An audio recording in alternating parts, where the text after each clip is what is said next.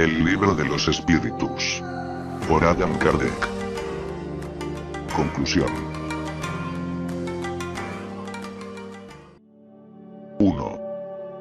Quien no conozca, en materia de magnetismo terrestre, más que el juego de los patitos imantados que se maniobran en el agua de una cubeta, difícilmente podrá comprender que ese juguete encierra el secreto del mecanismo del universo y del movimiento de los mundos. Lo mismo ocurre con aquel que solo conoce del espiritismo el movimiento de las mesas.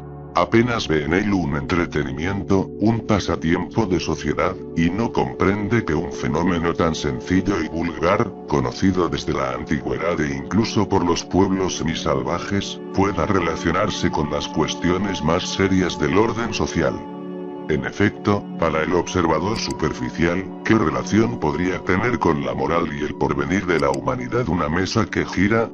Sin embargo, cualquiera que reflexione recordará que de la simple marmita cuya tapa es levantada por el líquido en ebullición, fenómeno que también se produce desde la más remota antigüedad, ha salido el poderoso motor con el cual el hombre atraviesa el espacio y suprime las distancias. Pues bien, vosotros, que no creéis en nada que esté más allá del mundo material, sabed que a esa mesa que al girar provoca vuestras sonrisas desdeñosas, ha salido toda una ciencia. Así como la solución de los problemas que ninguna filosofía había podido resolver hasta el momento. Apelo a los adversarios de buena fe y les ruego que digan si se han tomado el trabajo de estudiar lo que critican, porque en buena lógica la crítica solo tiene valor cuando el que la formula sabe de qué habla. Burlarse de una cosa que no se conoce, que no ha sido sondeada con el escalpelo del observador concienzudo, no es criticar, sino dar muestras de frivolidad y una pobre idea acerca del propio juicio. De seguro, si hubiésemos presentado esta filosofía como obra de un cerebro humano, habría encontrado menos desdén y recibido los honores de ser examinada por los que pretenden dirigir la opinión. Pero procede de los espíritus, ¡qué absurdo! Apenas merece una mirada. La juzgan por el título, como el mono de la fábula juzgaba a la nuez por la cáscara. Si así lo queréis, dejad a un lado su origen. Suponed que este audiolibro es obra de un hombre, y decíos en vuestra alma y conciencia si, después de haberlo leído seriamente, encontráis en él algún motivo de burla. 2. El espiritismo es el opositor más temible del materialismo. No debe causar asombro pues, que los materialistas sean sus adversarios. Pero como el materialismo es una doctrina que apenas se atreven a confesar quienes la profesan, prueba de que no se consideran suficientemente fuertes y de que se hallan dominados por su conciencia. Estos se cubren con el manto de la razón y de la ciencia. Y cosa extraña, los más escépticos hablan incluso en nombre de la religión, a la que no conocen ni comprenden mejor que al espiritismo. Su punto de vista es sobre todo el de lo maravilloso y lo sobrenatural, lo que ellos no admiten. Ahora bien, dado que según estos el espiritismo se funda en lo maravilloso, no puede ser más que una suposición ridícula. No reflexionan acerca de que, al condenar sin restricciones lo maravilloso y lo sobrenatural, hacen lo mismo con la religión. En efecto, la religión se funda en la revelación y en los milagros. Ahora bien, ¿qué es la revelación, sino un conjunto de comunicaciones extrahumanas? Todos los autores sagrados, desde Moisés, han hablado de esa clase de comunicaciones. ¿Qué son los milagros, sino hechos maravillosos y sobrenaturales por excelencia, puesto que en el sentido litúrgico constituyen derogaciones de las leyes de la naturaleza? Así pues, al rechazar lo maravilloso y lo sobrenatural, rechazan las bases mismas de la religión. Pero no es este el punto de vista desde el cual debemos enfocar el asunto. El espiritismo no tiene que examinar si existen o no los milagros, es decir, si Dios ha podido en ciertos casos derogar las leyes eternas que rigen el universo. Deja al respecto la plena libertad de creencia. Afirma, y prueba, que los fenómenos en los cuales se apoya no tienen de sobrenatural más que la apariencia. Parecen sobrenaturales a la vista de algunas personas solo porque son insólitos y ajenos a los hechos conocidos. Sin embargo, no son más sobrenaturales que los fenómenos cuya solución nos da hoy la ciencia, que parecían maravillosos en otra época. Todos los fenómenos espíritas, sin excepción, son la consecuencia de leyes generales. Nos revelan uno de los poderes de la naturaleza, poder desconocido o, mejor dicho, incomprendido hasta ahora, si bien la observación demuestra que está dentro del orden de las cosas.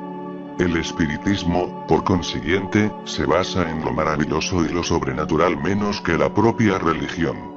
Los que lo atacan en ese aspecto lo hacen, pues, porque no lo conocen, y aunque sean los hombres más sabios, les diremos: si vuestra ciencia, que os ha enseñado tantas cosas, no os enseñó que el dominio de la naturaleza es infinito, solo sois sabios a medias. 3. Decís que queréis curar a vuestro siglo de una manía que amenaza con invadir el mundo. ¿Os agradaría más que el mundo fuese invadido por la incredulidad que buscáis propagar? ¿Acaso no hay que atribuir a la falta de creencia el relajamiento de los lazos de familia y la mayor parte de los desórdenes que destruyen a la sociedad? Al demostrar la existencia y la inmortalidad del alma, el espiritismo reanima la fe en el porvenir, levanta los ánimos abatidos y hace soportar con resignación las vicisitudes de la vida. ¿Osaríais llamar a eso un mal? Dos doctrinas se enfrentan. Una que niega el porvenir y otra que lo proclama y lo prueba. Una que no explica nada y otra que lo explica todo y por eso mismo se dirige a la razón. Una que es la sanción del egoísmo. Otra que ofrece una base a la justicia, la caridad y el amor al prójimo. La primera solo muestra el presente y aniquila toda esperanza.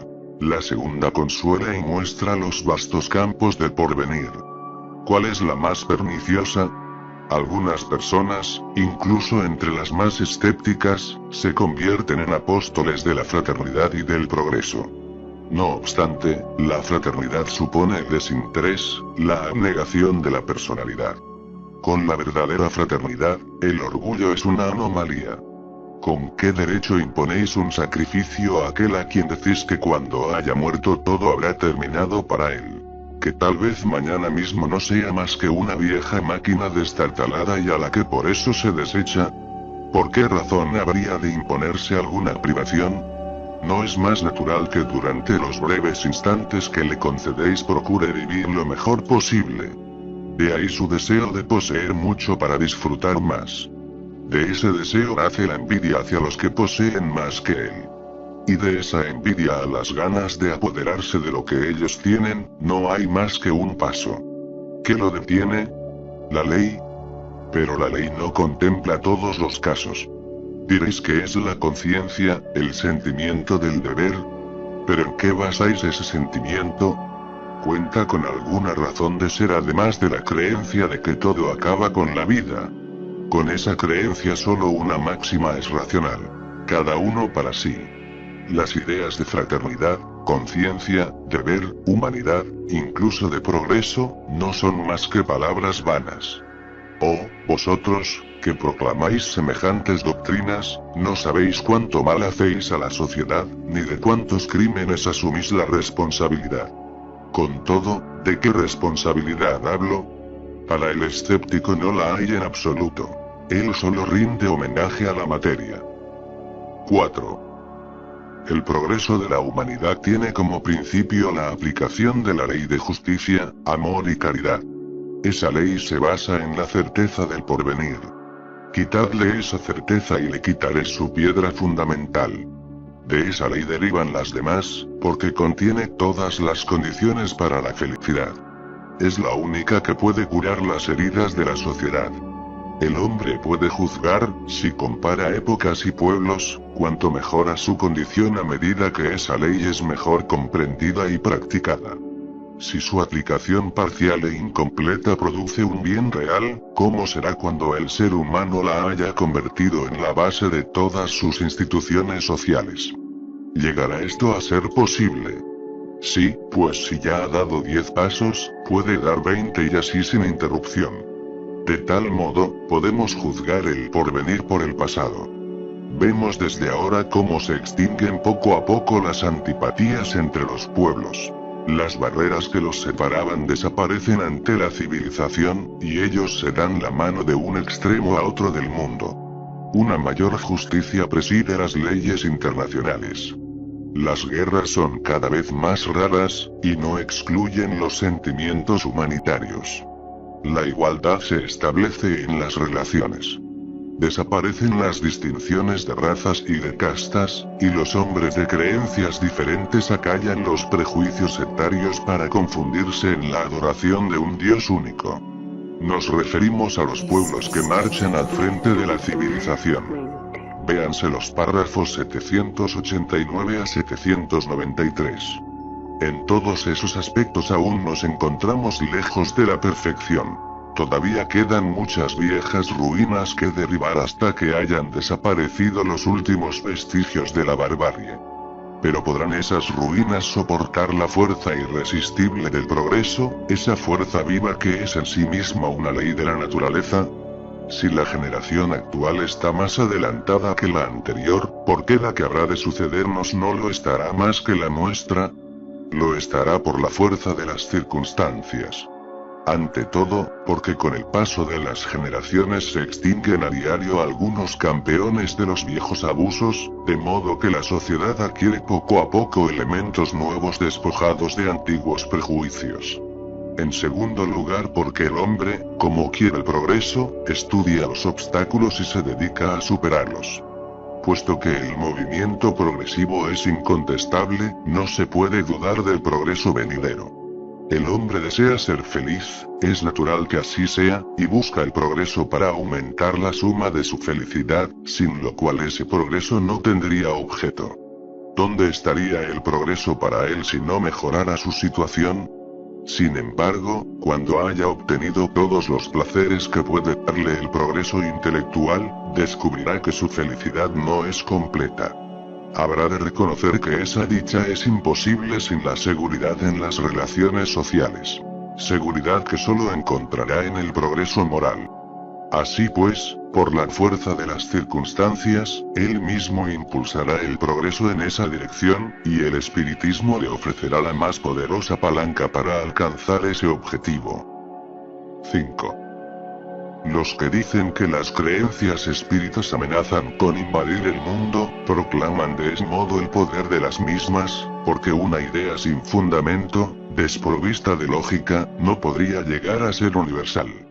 Si el espiritismo, pues, se implanta en todas partes, si se lo encuentra principalmente entre las clases ilustradas, tal como todos lo reconocen, es porque tiene un fondo de verdad. Contra esa tendencia serán vanos los esfuerzos de sus detractores, y prueba de ello es que ese mismo ridículo con que han pretendido cubrirlo, lejos de detener su vuelo parece haberle dado nueva vida. Este resultado justifica plenamente lo que tantas veces nos han dicho los espíritus. No os inquietéis por la oposición. Todo lo que se haga en contra resultará a favor, y vuestros mayores adversarios servirán a vuestra causa sin quererlo. Contra la voluntad de Dios, la mala voluntad de los hombres no podrá prevalecer. Por medio del espiritismo la humanidad habrá de entrar en una nueva fase. La del progreso moral, que es su consecuencia inevitable. Cesad, pues, de asombraros ante la rapidez con que se propagan las ideas espíritas. La causa de ello reside en la satisfacción que proporcionan a quienes las profundizan y ven en ellas algo más que un pasatiempo fútil. Ahora bien, como deseamos la felicidad ante todo, no es asombroso que adhiramos a una idea que nos hace felices. El desarrollo de las ideas espíritas presenta tres períodos distintos. El primero es el de la curiosidad, provocada por lo extraño de los fenómenos que se han producido. El segundo es el del razonamiento y la filosofía. Y el tercero, el de la aplicación y las consecuencias. El período de la curiosidad ha pasado. La curiosidad dura poco. Una vez satisfecha, abandonamos el objeto que la provocaba para pasar a otro. No sucede lo mismo con lo que se dirige al pensamiento serio y al juicio. El segundo período ha comenzado, y el tercero habrá de seguirlo inevitablemente. El espiritismo ha progresado sobre todo desde que se comprende mejor su esencia íntima y se percibe su alcance, porque pulsa la cuerda más sensible del hombre. La de su felicidad, incluso en este mundo. Esa es la causa de su propagación, el secreto de la fuerza que lo hará triunfar. Hace felices a los que lo comprenden, a la espera de que su influencia se extienda sobre las masas. Incluso aquel que no ha sido testigo de ninguno de los fenómenos materiales que se obtienen en las manifestaciones, se dice. Fuera de esos fenómenos existe la filosofía, que me explica lo que ninguna otra filosofía me había explicado. En ella encuentro, únicamente por medio del razonamiento, una demostración racional de los asuntos que interesan en grado sumo a mi porvenir. Me proporciona calma, seguridad y confianza. Me libera del tormento de la incertidumbre. Al lado de esto, la cuestión de los hechos materiales resulta secundaria. Vosotros, que atacáis al espiritismo, ¿queréis un medio de combatirlo con éxito? Aquí lo tenéis. Reemplazadlo por algo mejor. Encontrad una solución más filosófica a los problemas que él resuelve. Dad al hombre otra certeza que lo haga más feliz, y comprended bien el alcance de la palabra certeza, porque el hombre solo acepta como cierto lo que le parece lógico.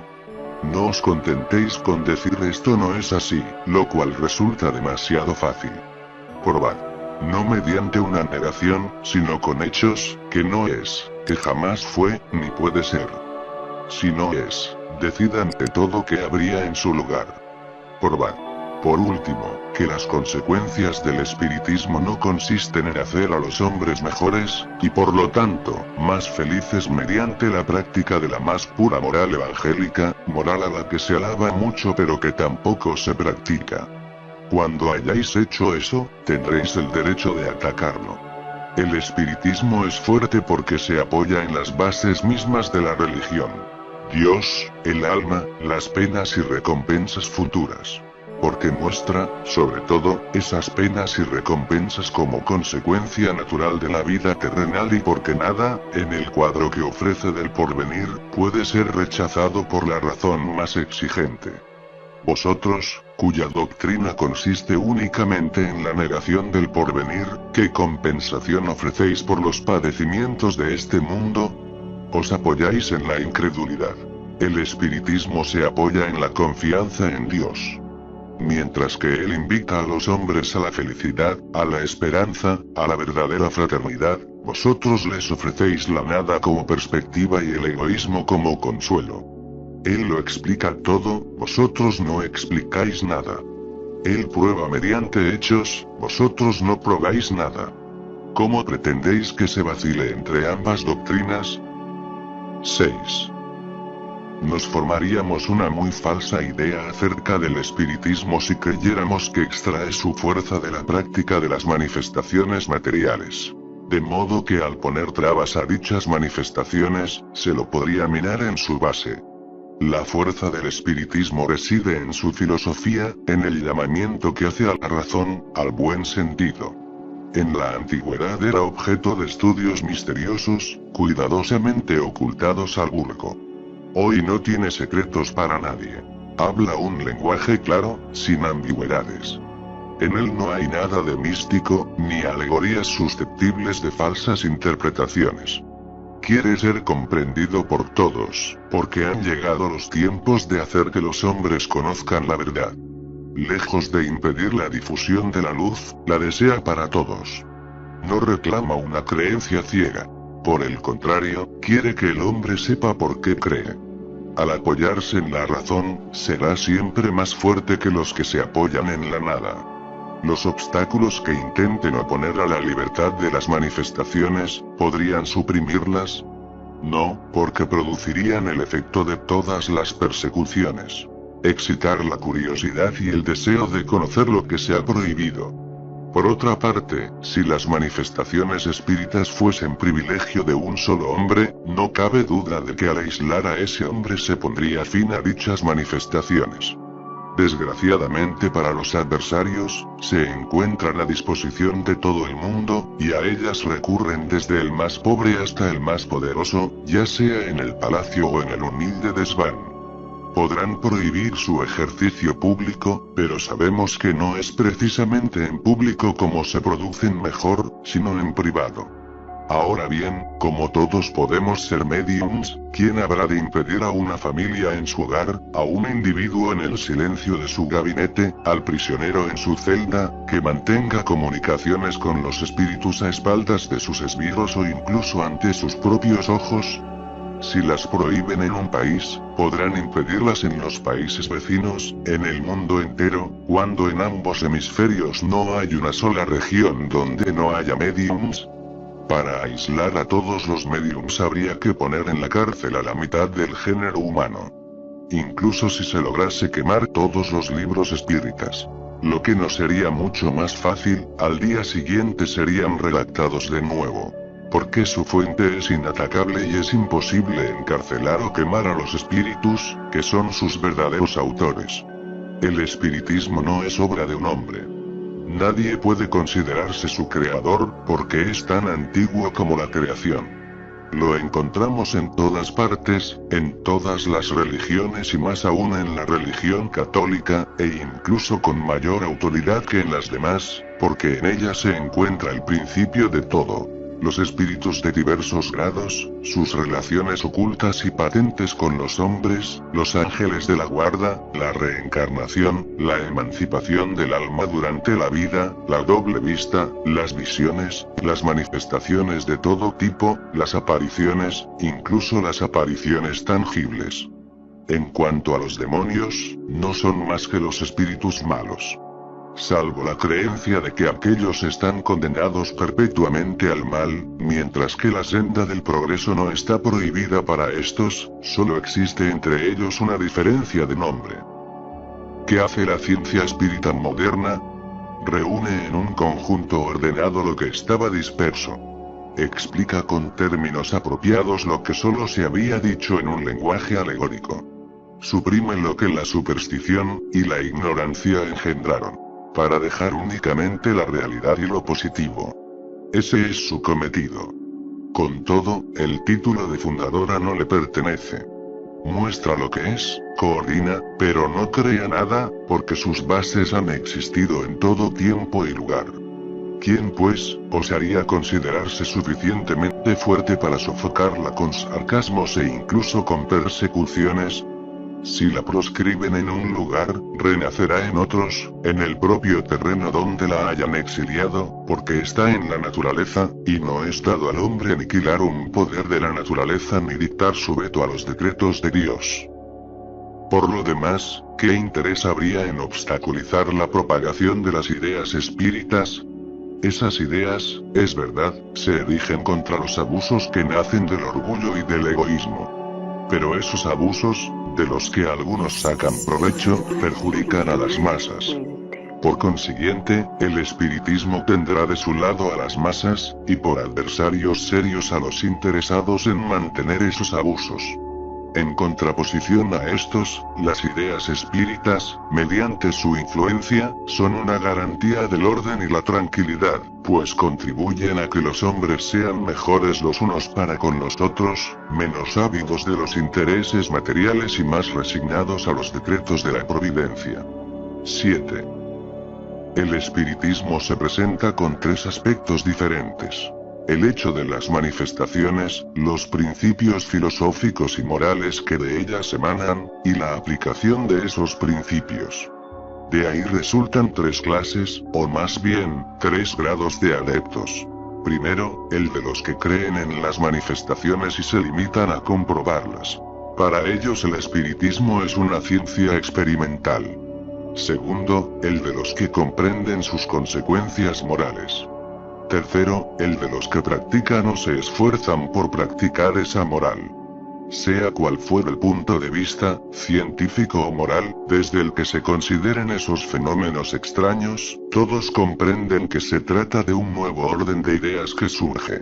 cuyas consecuencias no pueden ser otras que una profunda modificación en el estado de la humanidad, y comprenden también que dicha modificación solo habrá de tener lugar en el sentido del bien. En cuanto a los adversarios, podemos también clasificarlos en tres categorías. La primera es la de quienes niegan sistemáticamente todo lo nuevo o lo que no procede de ellos. Y por eso hablan del espiritismo sin conocimiento de causa. A esta clase pertenecen los que no admiten nada fuera del testimonio de los sentidos. No vieron nada, no quieren ver nada y menos aún profundizar. Incluso se sentirían molestos si vieran con demasiada claridad, por miedo a ser forzados a reconocer que no tienen razón. Para ellos el espiritismo es una quimera, una locura, una utopía, o mejor dicho, no existe. Son los incrédulos por prejuicio. Junto a ellos incluiremos a los que se han dignado darle una mirada para descargo de su conciencia, a fin de poder decir, he querido ver, y no vi nada. No comprenden que se requiere más de media hora para entender una ciencia. La segunda categoría corresponde a los que pese a saber muy bien a qué atenerse en cuanto a la realidad de los hechos, los combaten por motivos de interés personal. Para ellos el espiritismo existe, pero temen sus consecuencias. Por eso lo atacan como a un enemigo.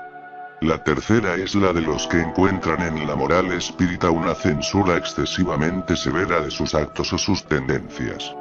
Tomado en serio, el espiritismo los molestaría. No lo rechazan ni lo aprueban. Prefieren cerrar los ojos. Los primeros son incitados por el orgullo y la presunción. Los segundos, por la ambición. Los terceros, por el egoísmo. Es probable que estas causas de oposición, puesto que no tienen consistencia, desaparezcan con el tiempo, porque en vano buscaríamos una cuarta clase de opositores que se apoyara en pruebas contrarias y al mismo tiempo patentes, expuestas mediante un estudio concienzudo y laborioso de la cuestión. Todos oponen solamente la negación. Ninguno aporta una demostración seria e irrefutable. Tendríamos un concepto demasiado elevado de la naturaleza humana si creyéramos que ésta tiene condiciones para transformarse súbitamente por medio de las ideas espíritas. La acción que dichas ideas ejercen, de seguro no es la misma ni de igual grado en quienes las profesan. Pero más allá del resultado, por escaso que éste sea, constituye en todos los casos un mejoramiento, aunque solo consista en aportar la prueba de la existencia de un mundo extracorporal, lo que implica la negación de las doctrinas materialistas. Tal es la consecuencia de la observación de los hechos. No obstante, para los que comprenden el espiritismo filosófico y ven en él algo más que fenómenos relativamente curiosos, otros son los efectos. El primero y más general consiste en desarrollar el sentimiento religioso, incluso en aquel que sin ser materialista es indiferente a las cosas espirituales. De ese sentimiento resulta su desprecio por la muerte. No decimos su deseo de morirse, de ningún modo.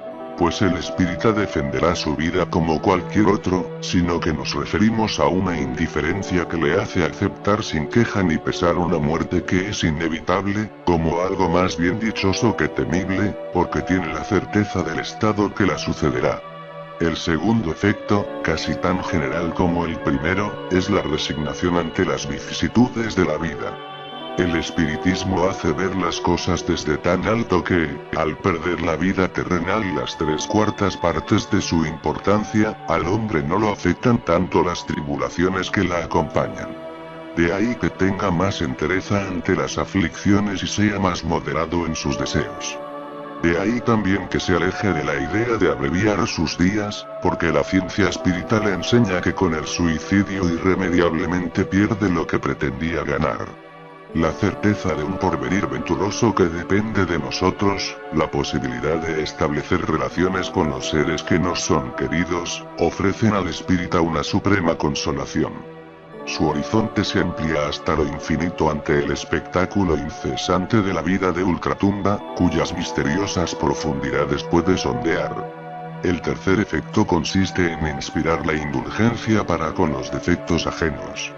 De todos modos, es necesario poner de manifiesto que el principio egoísta y cuanto de él resulta, ha echado profundas raíces en el hombre y, por consiguiente, es lo más difícil de desarraigar. De buena gana se realizan sacrificios, con tal que no cuesten nada, y sobre todo, no priven de nada. El dinero aún tiene para la mayoría un irresistible atractivo, y pocos son los que comprenden el sentido de la palabra superfluo cuando se trata de sí mismos. Por eso, la abnegación de la personalidad es el signo más eminente de progreso. 8. Los espíritus, preguntan algunas personas, enseñan una moral nueva, superior en algo a lo que dijo Cristo. Si esa moral no es otra que la del Evangelio, ¿para qué sirve el espiritismo? Este razonamiento se parece singularmente al del califa Omar, cuando se refería a la biblioteca de Alejandría. Si solo contiene lo que hay en el Corán, decía, es inútil y, por lo tanto, debe ser quemada. Si contiene otras cosas, es mala. Por lo tanto, también hay que quemarla. No, el espiritismo no contiene una moral diferente de la de Jesús. Pero a nuestra vez preguntamos. Antes de Cristo, ¿no tenían los hombres la ley que Dios entregó a Moisés? ¿No se encuentra su doctrina en el Decálogo? ¿Se dirá por eso que la moral de Jesús es inútil? Preguntamos también a los que niegan la utilidad de la moral espírita. ¿Por qué la de Cristo es tan poco practicada? Porque esos mismos que proclaman con justa razón su sublimidad son los primeros en violar la más importante de sus leyes, la caridad universal. Los espíritus vienen no solo a confirmarla, sino también a mostrarnos su utilidad práctica.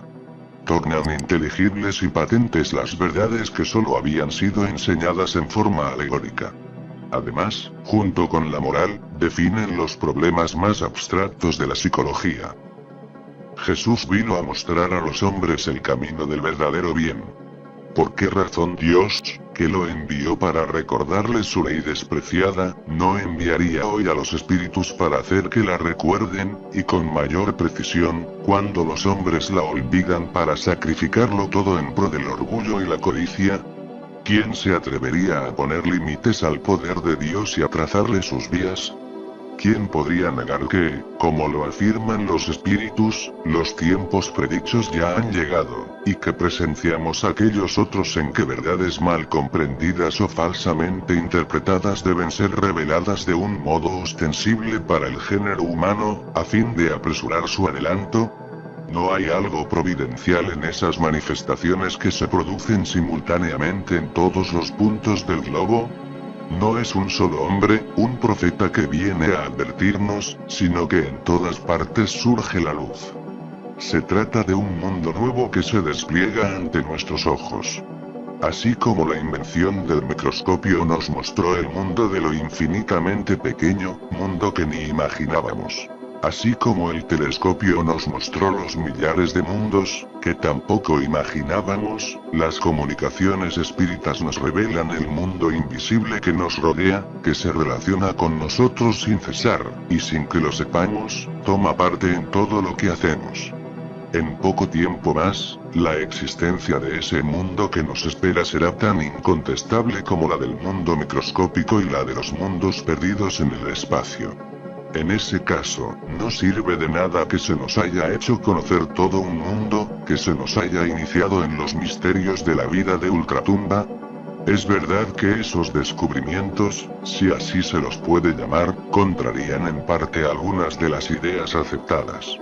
Pero ¿acaso los grandes descubrimientos científicos no han modificado también, trastocado incluso, las ideas más arraigadas?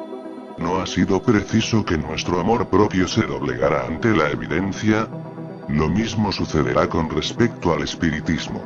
Dentro de poco obtendrá derecho de ciudadanía entre los conocimientos humanos.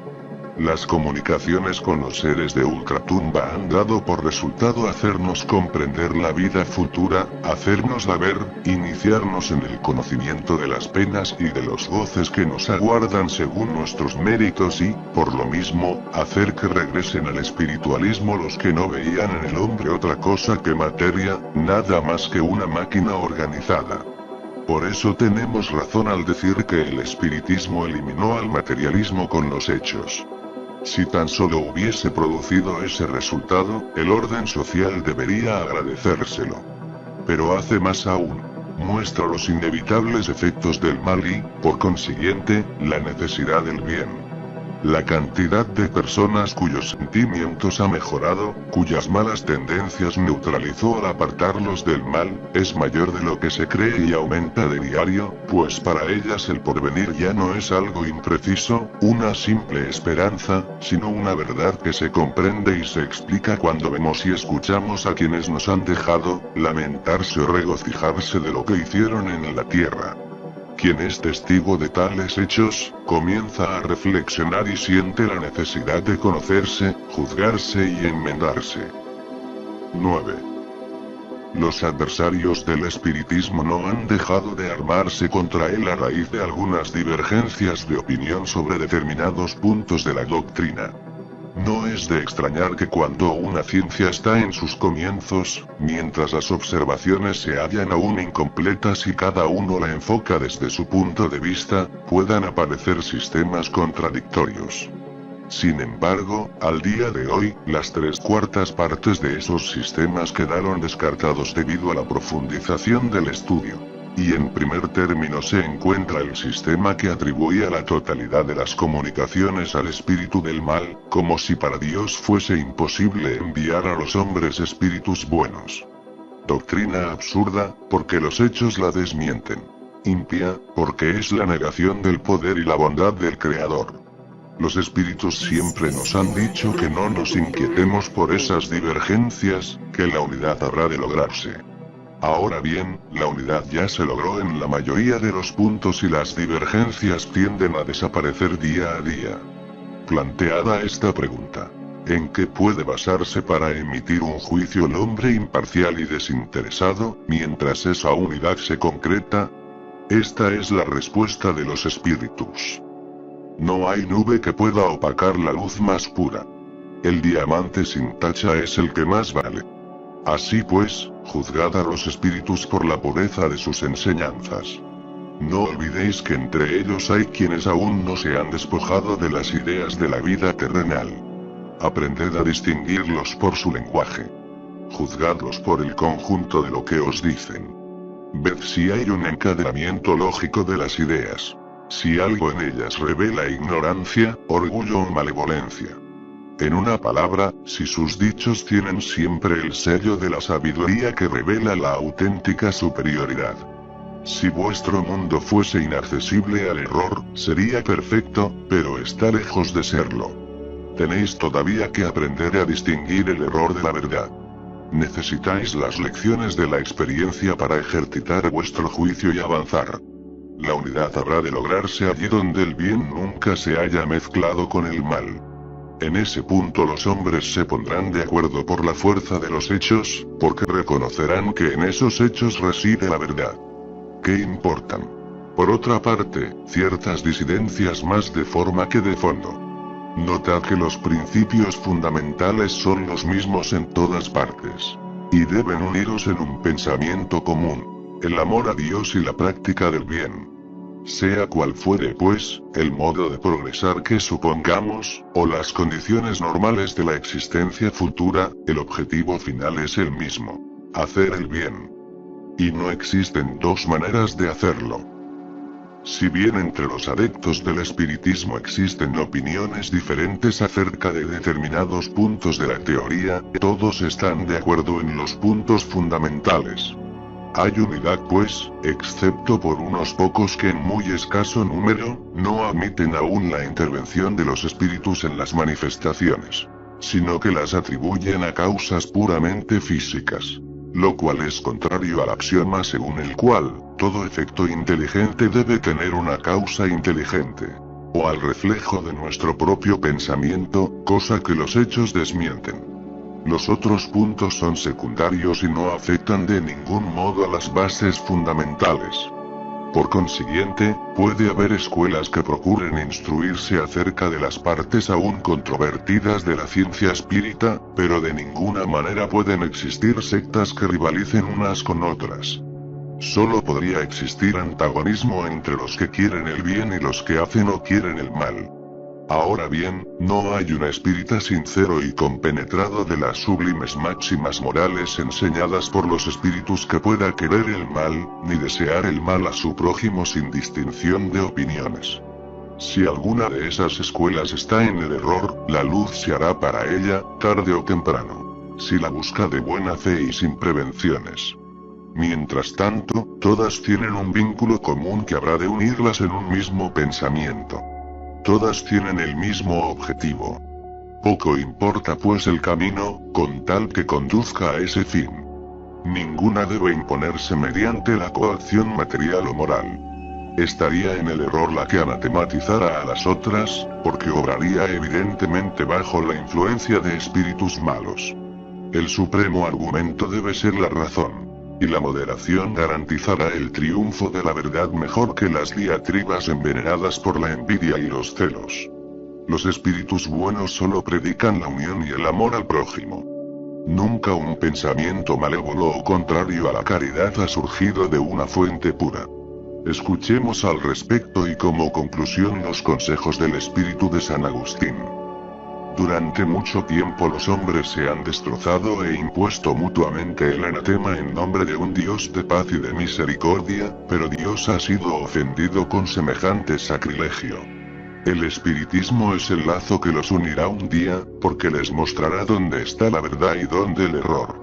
No obstante, por mucho tiempo aún habrá escribas y fariseos que lo negarán, del mismo modo que negaron a Cristo. ¿Queréis saber pues, bajo la influencia de qué espíritus se hallan las diversas sectas que se reparten el mundo? Juzgadlas por sus obras y sus principios. Jamás los espíritus buenos han sido instigadores del mal. Jamás han aconsejado ni legitimado el crimen o la violencia. Jamás han incitado a los odios de partidos ni la sed de riquezas y honores, como tampoco la avidez de los bienes de la tierra. Solo los hombres buenos, humanitarios y benévolos para con todos son sus preferidos, y también son los preferidos de Jesús, pues siguen el camino que les indicó para llegar hasta él. San Agustín.